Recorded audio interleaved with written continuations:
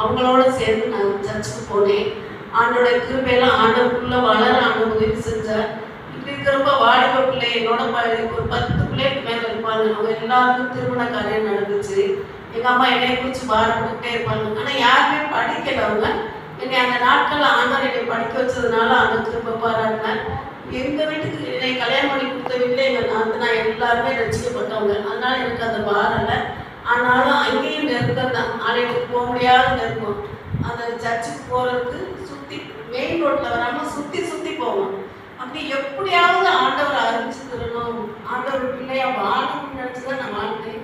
இதுக்கு சாட்சியாக நம்ம பின்னாடி உட்காந்துக்கிறவங்களே மாயாதேவி இருக்காங்க. அவங்க அந்த காலம் நாங்களாம் ஒரு இடத்துல தான் இருந்தோம். அவங்களுக்கு ஆண்டவரை பற்றி நான் சொன்னதுனால இன்னைக்கு இந்த இடத்துல ஒரு தூணாமல் இருந்துருக்குறாங்க. அருமையான சவர் பண்ணுறாங்க, ஃபீட் பண்ணுறாங்களா, அவங்க வீட்டுக்கெல்லாம் நானும் பாசமாக சிட்டிக்கு போவோம். எதுக்கு சொல்கிறேன்னா, இப்படி நான் அடிபட்டு நான் பயங்கர பயவாங்கி ஆண்டவருக்குள்ள நான் வளர்ந்து வர காலத்தில் ஆண்டவர் சொன்னார், நீ என்னுடைய ஊழியத்தை செய்ய வரும்னு. யோசித்து பாருங்களேன், சர்ச்சுக்கே போக முடியாமல் ஆண்டவரே கும்பிட முடியாத சூழ்நிலை ஆண்டவர் என்னை ஊழியத்துக்கு வான்னு அழைச்சாரு. ஆனாலும் எங்கள் வீட்டாளர் வர்றதுக்கு முன்பாக ஊழியத்தை நிறைவேற்றி வீட்டுக்கு கொடியாருவேன். வந்து வீட்டில் இருக்க வேலையெல்லாம் செய்யறதுக்கு நான் எங்கம்மாவேன். இப்படி இருக்கிறப்ப எங்கள் வீட்டுக்காரர் குழந்தை கல்யாணம் ஆனோடனே குழந்தை எங்கள்